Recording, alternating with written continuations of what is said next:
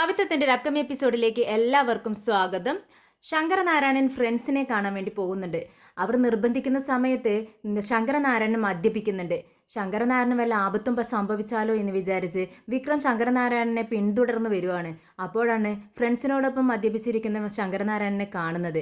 ഉടനെ തന്നെ വിക്രം അങ്ങോട്ടേക്ക് ചെല്ലുന്നുണ്ട്. വിക്രമിനെയും മദ്യപിക്കാൻ വേണ്ടി നിർബന്ധിക്കുന്നു. അങ്ങനെ രണ്ടുപേരും മദ്യപിച്ച് ലെക്ക് കെട്ട് തോളിലൂടെയൊക്കെ കൈയിട്ട് പാട്ടൊക്കെ പാടി നടക്കുന്ന മനോഹരമായ സീനുകളാണ്. പിന്നീട് അമ്പലത്തിൽ വെച്ച് നടക്കുന്ന അന്നദാനത്തിൽ വിഷം കലർത്തുന്നുണ്ട്. അതിൽ നിന്നും നമ്മുടെ വിക്രം എല്ലാവരെയും രക്ഷിക്കുന്നുണ്ട്. ഈ വിശേഷത്തെക്കുറിച്ചാണ് ഇന്ന് പറയാൻ പോകുന്നത്. എല്ലാവരും തന്നെ അമ്പലത്തിൽ പ്രാർത്ഥിച്ചുകൊണ്ടിരിക്കുകയാണ്. ഒരു വശത്ത് അന്നദാനത്തിനുള്ള വിഭവങ്ങളെല്ലാം റെഡിയായിരിക്കുന്നു. പ്രാർത്ഥിച്ചുകൊണ്ടിരിക്കുന്ന സമയത്താണ് വിക്രം തൊട്ടുമുന്നിലിരിക്കുന്ന ചോറിനെ മൂടി വെച്ചിരിക്കുന്നതിൻ്റെ സൈഡിലായി ഒരു ഡപ്പയുടെ മൂടി കിടക്കുന്നത്, ചോറിൽ കിടക്കുന്നത് കണ്ടത്. പെട്ടെന്ന് വിക്രം എല്ലാവരെയും നോക്കുന്നുണ്ട്. എല്ലാവരും പ്രാർത്ഥിച്ചുകൊണ്ടിരിക്കുക, കണ്ണടച്ച് നിൽക്കുകയാണ്. വിക്രം ആ ചോറിൻ്റെ മൂടി തുറന്ന് ആ ഡപ്പയുടെ മൂടിയെടുത്ത് പതുക്കെ തൻ്റെ പോക്കറ്റിലിടുന്നുണ്ട്.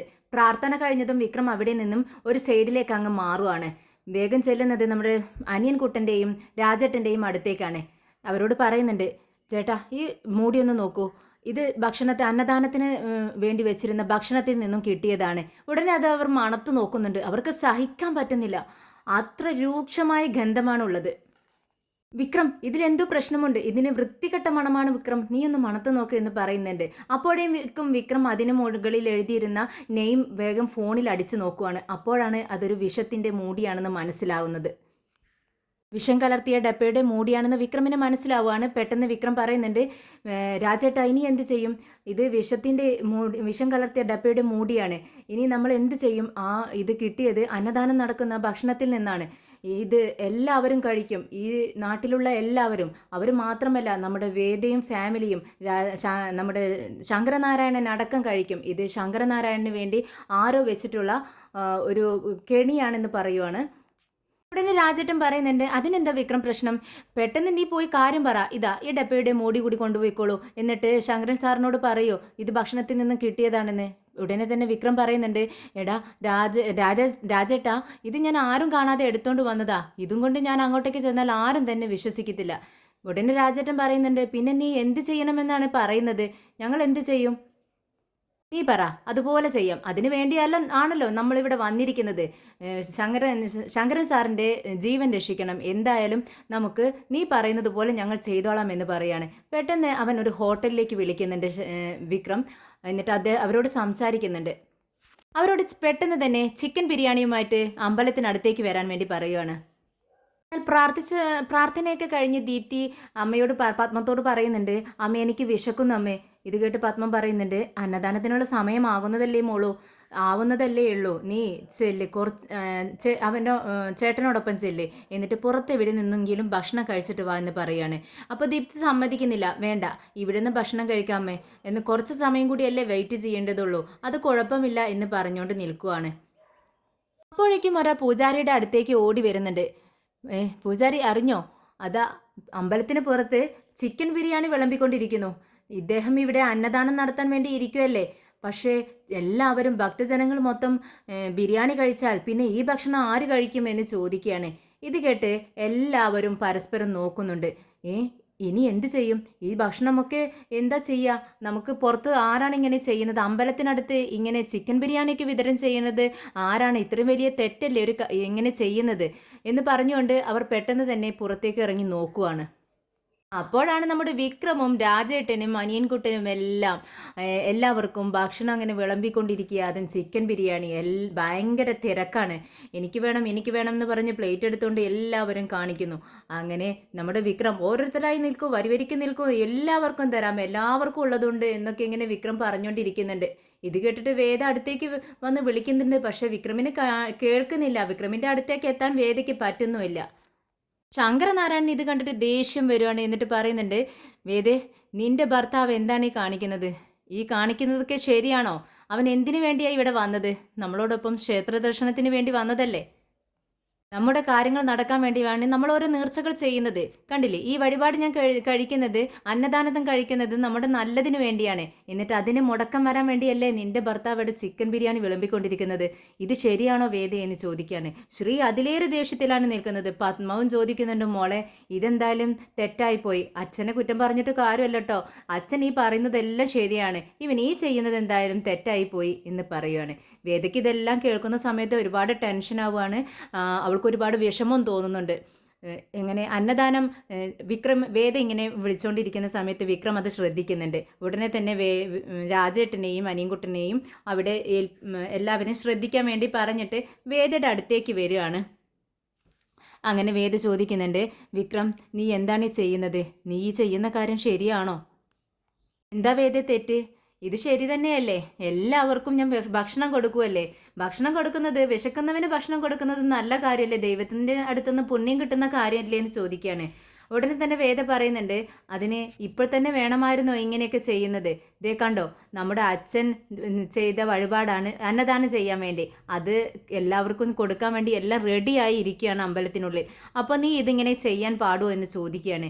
ഇത് കേട്ടിട്ട് നമ്മുടെ വിക്രം പറയുന്നുണ്ട്, ഇതും ഞാൻ ശങ്കരനാരായണൻ സാറിൻ്റെ പേരിലാണ് ചെയ്യുന്നത്. അവർക്ക് വേണ്ടി തന്നെയാണ് ഇത് ചെയ്യുന്നതെന്ന് പറയുകയാണ്. അങ്ങനെ എല്ലാവരും പരസ്പരം നോക്കുകയാണ് വിക്രമിൻ്റെ ഈ വാക്കുകൾ കേട്ട്. അപ്പോൾ ഉടനെ തന്നെ വിക്രം പറയുന്നുണ്ട്, എന്തായാലും സാറ് കൊടുക്കുന്ന ആ ഭക്ഷണം അതാരും കഴിക്കാതിരിക്കാൻ വേണ്ടിയാണ് ഞാൻ ഇതെല്ലാം ചെയ്യുന്നതെന്ന് പെട്ടെന്ന് വിക്രം പറയുകയാണ്. ഇത് കേട്ടിട്ടാണ് ശങ്കരനാരായണന് ദേഷ്യം വന്നത്. കണ്ടോ, നിന്റെ ഭർത്താവ് പറയുന്നത് കേട്ടില്ലേ? ഞാൻ പറഞ്ഞത് ശരിയല്ലേ? ഞാൻ കൊടുക്കുന്ന ഭക്ഷണം, ഞാൻ ചെയ്യുന്ന ഈ അന്നദാനം ആരും കഴിക്കരുതെന്ന് വിചാരിച്ചാണ് അവനിത് ചെയ്യുന്നതെന്ന് അവൻ്റെ വായിൽ നിന്ന് വീണത് കേട്ടില്ലേ? കേട്ടിട്ട് വിഷമിച്ച് നിൽക്കുകയാണ് വേദ. പെട്ടെന്നാണ് ഒരു ഭക്തൻ വന്ന് ഓടി വരുന്നത്. പൂജാരി, അപ്പോഴത്തെ കുറേ കാക്കകൾ ചത്തു കിടക്കുന്നു. അന്നദാനത്തിന് വേണ്ടി വച്ചിരുന്ന ഭക്ഷണം കഴിച്ചിട്ടാണ് കാക്കകൾ ചത്തതെന്ന് പറയുവാണ്. ഇത് കേട്ട് എല്ലാവരും അങ്ങോട്ടേക്ക് ഓടുകയാണ്. ഓടി എവിടെ നോക്കുന്ന സമയത്ത് വളരെ ദയനീയമായൊരു കാഴ്ചയാണ്. കിളികളും പക്ഷികളും കാക്കകളും, ഒരുപാട് കാക്കകളുണ്ട്, എല്ലാം ചത്ത് കിടക്കുകയാണ്. അപ്പോഴാണ് വിക്രം അങ്ങോട്ടേക്ക് വരുന്നത്. എന്നിട്ട് പറയുന്നുണ്ട്, കണ്ടോ, ഈ ഭക്ഷണം കഴിച്ചതുകൊണ്ടാണ് ഈ കിളികളെല്ലാം ചത്തു വീണത്. അതുപോലെ മനുഷ്യർക്കും സംഭവിക്കേണ്ട എന്ന് വിചാരിച്ചിട്ടാണ് ഞാൻ ഇങ്ങനെ ഒരു കാര്യം ചെയ്തത്. ഈ അന്നദാനത്തിന് വേണ്ടി ഭക്ഷണത്തിൽ ആരോ വിഷം കലർത്തിയിട്ടുണ്ട്. അത് ആ ഭക്തജനങ്ങൾ കഴിക്കാതിരിക്കാൻ വേണ്ടിയാണ് ഞാൻ അപ്പുറത്ത് വിശക്കുന്നവർക്ക് ഊണ് വിളമ്പിയത്. അത് ഞാൻ ആരെയും ധിക്കരിക്കാൻ വേണ്ടി ചെയ്തതല്ലെന്ന് വിക്രം പറയുന്നുണ്ട്. ഇത് കേട്ട് ശങ്കരനാരായണൻ ചോദിക്കുന്നുണ്ട്, അങ്ങനെയാണെങ്കിൽ നീ ഈ വിവരം എന്നോട് പറയേണ്ടതായിരുന്നില്ലേ? അപ്പോൾ വിക്രം പറയുന്നുണ്ട്, ഇങ്ങനൊരു കാര്യം ഞാൻ സാറിനോടോ ആരോടെങ്കിലും വന്ന് പറഞ്ഞാൽ നിങ്ങൾ വിശ്വസിക്കുമായിരുന്നോ? ഞാൻ അങ്ങനെ പറഞ്ഞാലും സാറ് പറയും, ഇല്ല നീ പറയുന്നത് തെറ്റാണ്, നീ നുണ പറയുവാണ്, ഞാൻ ഇത് കഴിച്ച് കാണിച്ചു തരാം എന്ന് പറഞ്ഞ് ആ ഭക്ഷണത്തിൽ നിന്നും സാറ് ചിലപ്പോൾ കഴിച്ച് കാണിച്ചു തരും. അങ്ങനെ സാറിൻ്റെ ജീവന് വല്ല ഭീഷണിയും വന്നാലോ എന്ന് വിചാരിച്ചിട്ടാണ് ഞാൻ ഇങ്ങനെ ഒരു കാര്യം ചെയ്തതെന്ന് പറയുന്നു.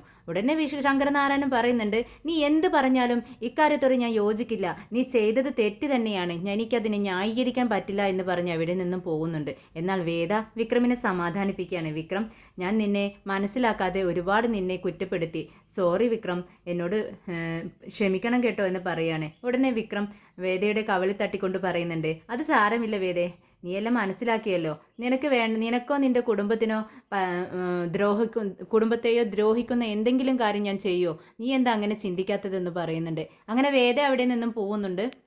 അങ്ങനെ രാത്രിയായതും ശങ്കരനാരായണൻ തൻ്റെ ഫ്രണ്ട്സിനെ കാണുന്നുണ്ട്. എല്ലാവരും കൂടിയിരുന്ന് സംസാരിക്കുക, പഴയ കാര്യങ്ങളെല്ലാം പറയുന്നുണ്ട്. ശങ്കരനാരായണൻ ഒരു ജഡ്ജാണല്ലോ, അതുകൊണ്ട് തന്നെ അതിൻ്റെ സ്റ്റാറ്റസിൽ തന്നെ ഒട്ടും വിട്ടുകൊടുക്കാതെ നല്ല ഗമയിലിരിക്കുകയാണ് ശങ്കരനാരായണൻ.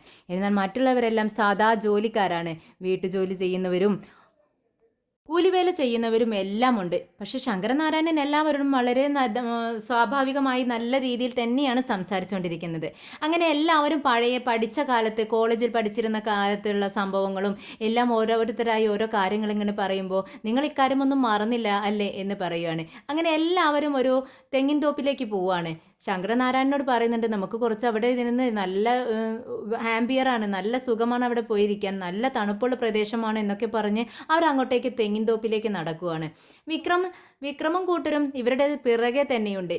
എന്തായാലും ശങ്കരനാരായണനെ കൊല്ലാനായി ആരോ നടക്കുന്നുണ്ടെന്ന് വിക്രമിന് വ്യക്തമായി. അതുകൊണ്ട് തന്നെയാണ് രാജേട്ടനെയും കൂട്ടരെയും ഇങ്ങോട്ട് വിളിച്ചു വരുത്തിയിരിക്കുന്നത്. ശങ്കരനാരായണന്റെ സംരക്ഷണത്തിന് വേണ്ടി തന്നെയാണ്. അതുകൊണ്ട് തന്നെ ശങ്കരനാരായണൻ എവിടെ പോയാലും അവർ പിറകെയുണ്ട്. അങ്ങനെ അവർ തെങ്ങിൻ തോപ്പിലെത്തുന്നുണ്ട്. അവിടെ ഒരു ബെഞ്ചും ടേബിളും എല്ലാം ഇരിക്കുന്നുണ്ട്. അങ്ങനെ അവരവിടെ ഇരിക്കുകയാണ്.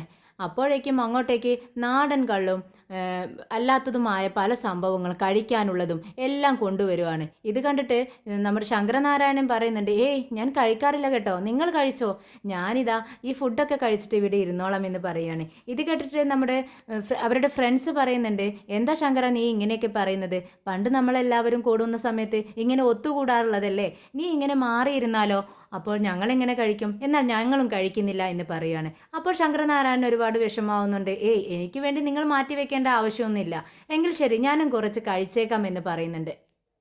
അങ്ങനെ ശങ്കരനാരായണൻ കുറച്ചെടുത്ത് കഴിക്കുകയാണ്. ആദ്യമൊക്കെ കുറച്ചേ കഴിക്കത്തുള്ളൂ, പിന്നീട് അങ്ങ് കഴിച്ചു തുടങ്ങുന്ന സമയത്ത് ഒരു ലെവലും ഇല്ലാത്ത കഴിക്കലാണ് കഴിക്കുന്നത്. അങ്ങനെ കുടിക്കുന്നുണ്ട്, നന്നായി കുടിക്കുന്നുണ്ട്. നാടൻ കള്ളാണെങ്കിലും അദ്ദേഹം കുടിക്കുന്ന സമയത്ത് ഓവറായി കുടിച്ചത് കൊണ്ട് തന്നെ അങ്ങിരുന്ന് കരയുകയാണ്. വളരെ വാവിട്ട് കരയുന്നുണ്ട്. വിക്രമും ഇവർ കൂട്ടരും ഇത് ഒളിച്ചു നിന്ന് കേൾക്കുന്നുണ്ട്, കാണുന്നുണ്ട്. വിക്രം പറയുന്നുണ്ട്, എന്തിനാടാ ശങ്കരനാരായണ സാർ ഇങ്ങനെ കരയുന്നതെന്ന് ചോദിക്കുന്നുണ്ട്. ഉടനെ തന്നെ വിക്രം അങ്ങ് അടുത്തേക്ക് ചെല്ലുവാണ്. എന്താ സാർ, എന്തിനാ സാർ കരയുന്നതെന്ന് ചോദിക്കുന്നു. ഉടനെ ശങ്കരനാരായണൻ ചോദിക്കുന്നുണ്ട്, നീ എങ്ങനെയാടാ ഇവിടെ വന്നത്, നിന്നോട് ആരാ ഇങ്ങോട്ടേക്ക് വരാൻ പറഞ്ഞതെന്ന് ചോദിക്കുകയാണ്. ഉടനെ വിക്രം പറയുന്നുണ്ട്, ഏയ് ഒന്നുമില്ല സാർ, ഞാൻ ഇതുവഴി പോയപ്പോൾ സാറിനെ കണ്ടു, അങ്ങനെ കയറിയതാണെന്ന് വിക്രം കള്ളം പറയുന്നുണ്ട്. ഉടനെ ശങ്കരനാരായണൻ പറയുന്നുണ്ട്, എങ്കിൽ നീ ഇവിടെ ഇരിക്കെ, നീയും കുറച്ച് കഴിച്ചോടാ, കുഴപ്പമില്ല കഴിച്ചോ, നല്ലതാ എന്ന് പറയുകയാണ്. അങ്ങനെ വിക്രമും അതെടുത്ത് കഴിക്കുകയാണ്. അങ്ങനെ എല്ലാവരും കൂടിയിരുന്ന് ലെവലില്ലാത്ത കുടി അങ്ങ് കുടിക്കുന്നുണ്ട്. എല്ലാവരുടെയും ബോധം ഏകദേശം പോയ മട്ട. ഇപ്പോൾ നിൽക്കുന്നത് എവിടെയാണ്, കിടക്കുന്നത് എവിടെയാണ് എന്ന് പോലും അവർക്ക് ബോധമില്ല. അങ്ങനെ ശങ്കരനാരായണൻ വളരെ സങ്കടത്തോടെ കരയുന്നുണ്ട്.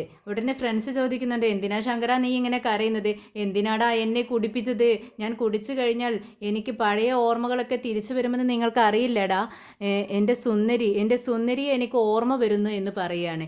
ഇത് കേട്ടിട്ട് വിക്രം അന്തം വിട്ട് ശങ്കരനാരായണൻ്റെ മുഖത്തേക്ക് നോക്കുകയാണ്. സുന്ദരിയോ, അതാര്?